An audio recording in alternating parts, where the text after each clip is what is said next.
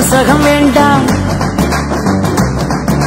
பட்டங்களை வாங்கி தரும் பதவியும் வேண்டாம், மாலைகள் இட வேண்டாம், தங்க மகுடமும் தர வேண்டாம், தமிழ் தாய்நாடு தந்த அன்பு போதுமே.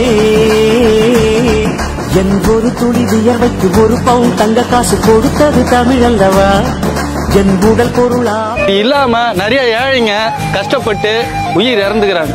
இவ்வளவு பெரிய விவசாயிங்க பொறுப்பை டாக்டர் வழங்கி சாவி என்கிட்ட ஒப்படைச்சிருக்காரு. ஸோ இந்த மோட்ச குளத்துல இனிமேல் யாரும் அந்த உயிர் இப்ப வராது. இது உங்களுடைய வண்டி.